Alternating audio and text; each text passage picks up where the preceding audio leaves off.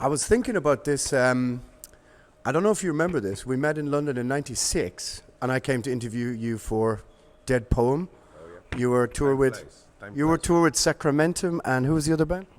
I don't remember the other band. Sacramentum, yeah. And I was thinking about how many. Old Man Child, I think. No. Yeah, this is a tiny microphone. We have to share it, But yeah, I was thinking about that's almost 30 years ago, and how many people have from that time have just disappeared. Several people in the room are probably dead now, and all that kind of stuff. And to compare touring now to touring back then, Time flies. Truth. It was 30 years, right? Yeah, 29. What the fuck? Yeah, some people maybe are not involved anymore with metal music. That's the most possible story. But maybe some dies. We are very lucky that we are still alive after all this bullshit we have done in our lives, right? Yeah, certainly. Oh, yeah. And what we were talking about yesterday, though, was the difference between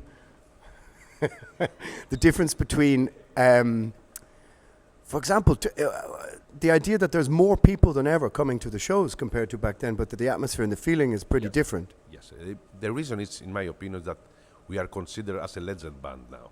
I don't know if the people are so much into our music, but they want to watch, for instance, Primordial, want to watch Rotting Christ, because we have a history. And they come more sometimes to see the history, not the band. This is nowadays how it works. They are not diehard fans like back in the days. We have sacrificed our lives, man, for metal music. We have done everything you can imagine. We have forgotten our families, our career, everything. We did everything because we were addicted. But now, but compared to the way it sort of feels now, I mean, it's like we were talking about yesterday, sort of preparing for thinking about something like this interview. But the idea that now the venues are more packed, there's more merch, of course, there's more other costs, more insane costs. But sometimes the feeling at the shows is quite different. Can you compare it to 30, 35 years ago, though? No, not at all. Of course, the people support the bands nowadays. They buy more merch than back then. I remember we were in depth for the first 15 years of the band. We were in depth. Everything we have done were in depth. I mean, we did it for the hell out. Nowadays, at least we can earn our living. The people support very much with merchandise. We have to thank all the fans around the world that support the bands by buying merchandise, even if not that much money comes to the band. That's very important. That's another story. That's another thing, okay? The boring story they've heard me talk about in the podcast of merch commissions and that kind of thing. Merch commissions, taxes, everything. Now taxes. We didn't have any taxes back then. It was like everything. No, there were no taxes. You didn't get any feedback, any money, okay? What you can charge by getting from zero? Which means nowadays everything is taxed, everything is commission. It's pretty much, we lose most of the money that you see on the table. You see a t-shirt like 30 euros, like maybe 15 euros come to the band. The rest it's like, if even. But let's go back to, I think people are used to me complaining about this kind of stuff, so they want to know some legacy stuff. But what about that first tour, the Fuck Christ tour with Immortal and Blasphemy? How did that, was there phone calls or letters, or how was the whole thing set up? Fax. Yes, fax, man. That's how we got the tickets. Like, we got a fax from Osmos Productions, say, right, I have your tickets bought for you guys. Like, what the fuck? I never been in an airport. Don't know how it works. Never been to Europe. It's like, how can I do it? Back in '93, it was just 20 years old. Okay. And so what, you just sort of got a fax, got a ticket, and just arrived and just made your own way to the venue, or how did it work? I remember myself always scary. I have destroyed all my parts of my body now. I feel in my age, I feel everything I'm fucked up because I have no crew, everything we did by ourselves. You remember the days, right? Yeah, of course. Yeah, everything. You carry, yes, you went to the airport, then I remember. We didn't have any mobile phones. So it was like a meeting and just waiting, and took the risk about everything. Do you remember the first show, though? Yes, it was really a new experience for us, playing, in the first show. Belgium, I remember, yes, in Belgium. It's like, what the fuck, we play out of Greece in the age of 20 years old. It was my dream, just to play my music back then. Of course, not many people come to the shows, okay, but the people were really enthusiastic and very diehards.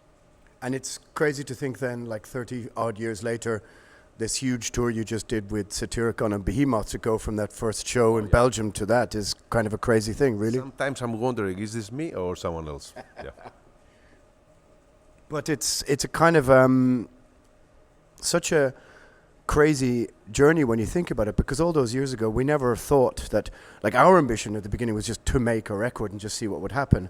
And then when the first time you got to go and play a show abroad, maybe it was 2 or 3 years after that, although we did some stuff in the UK and stuff, you just couldn't quite believe it, and you did all the ferries and trains and all that kind of stuff, but you had no contact with anybody. You're just trusting in blind faith, I guess.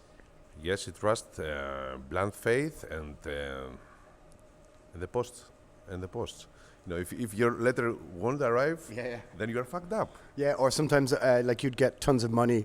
Well, I mean, tons of money. You're a kid in an envelope. You know, like a €200 for a plane ticket or something would just come in an envelope. Yeah, come in an envelope. Yeah, buying T-shirts, buying demo tapes in an envelope. Sometimes were ripped off because someone that works in the post office, found money. It was very hard actually to find money back then in Greece with dollars, because everything was bought with dollars. We didn't have any euro, right? So it was very hard to go in a bank and find dollars. It was a nightmare. Like, how I can find dollars so I can buy the new demo of Mayhem? It was a big thing for us.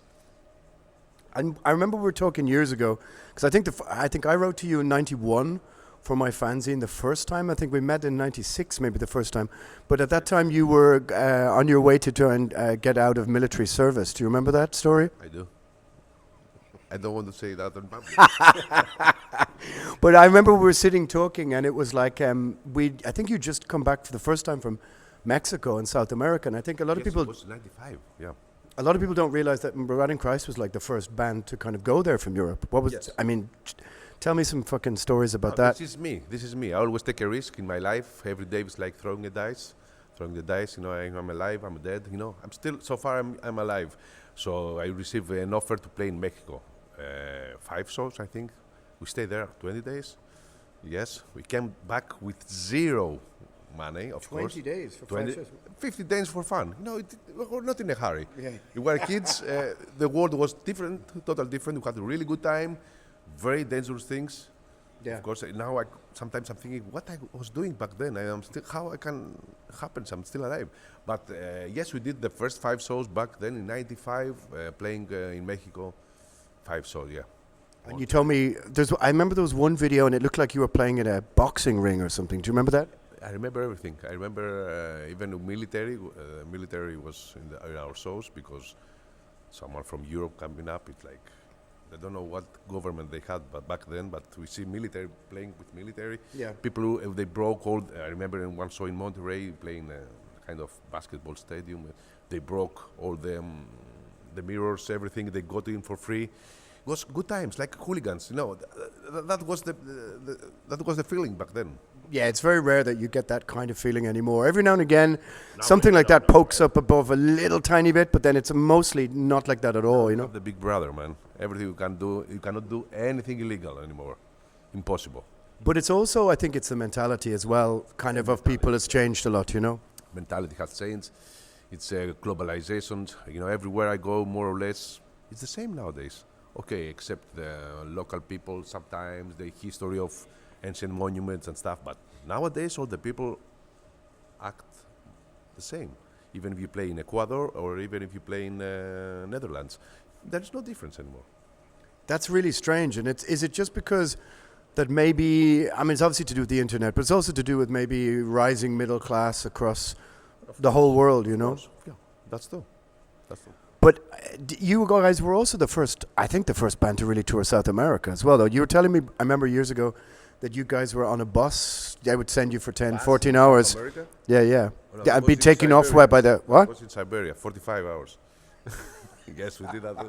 45 hours going from Moscow to somewhere in Tomsk, I don't remember. Anyway, yes, no, it didn't tours by bus. It were South America mostly use airplanes because the distances are great. But maybe you have done with bus, I don't remember. Yes, but it was very difficult, very hard. I don't know if I could recommend this to my daughters. But on the other hand, I didn't give a shit because my dream was to play music all around the world, was to unite people, to meet new cultures, we had no internet, right? No phones, no internet. No phone, no nothing. even phones. Can you imagine this? Not even phones. I couldn't call my mother back. My mother was, I think, was somewhere in Greece, but I was in Mexico. Yeah. Yeah. I like it because I always had a vision as an artist. Sometimes I'm wondering nowadays, makes sense that you sacrifice so many things in your life? I say, what else I could do? To be a bank, to work for a bank? No, I would never do that. I never care about money. Okay, I care about money because I have to earn my living somehow, but I never want to be a millionaire. I never want to have a big career. I just always want to be a soldier of metal. Yeah.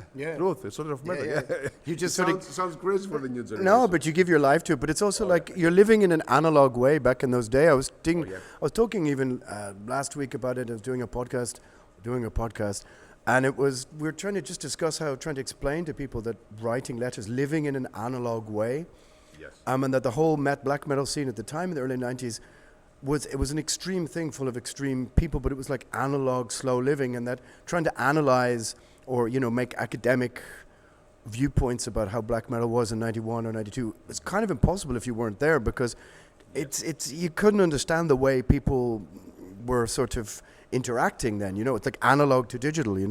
It was very hard. Still I'm struggling. Still struggling. Yeah, that was the world back then. Okay, I don't want to sound to the new generation, or don't want to sound like all the guys that saying that our days were better. No, your days are maybe for the new generation are good, but the thing is that I want to believe that we were the last analog human generation, which is I had only good things to say about. Yeah, you were allowed to be a human and make mistakes in real time, and learn from your mistakes, and not have someone go back over everything you ever said and look for, something you said that was ridiculous when you were 18. Because when you're 18, you are ridiculous. That's the nature of being 18, Even 28, not 18. Even 38. And 48. Yeah, 48. We are humans, we do mistakes. Nowadays, the mistakes are paid. Permanent.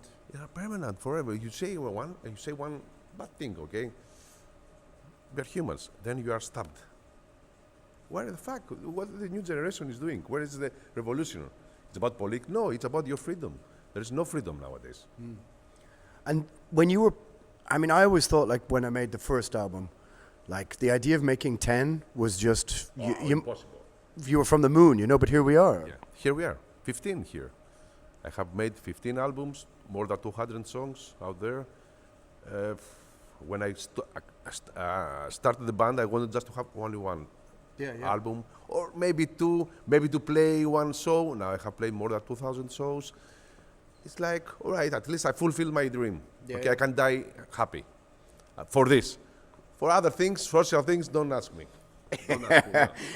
Where's the next? Is there another kind of? Is there some country like left to go to that you've got in your head? Like, I need to play. I saw that like Marduk was in.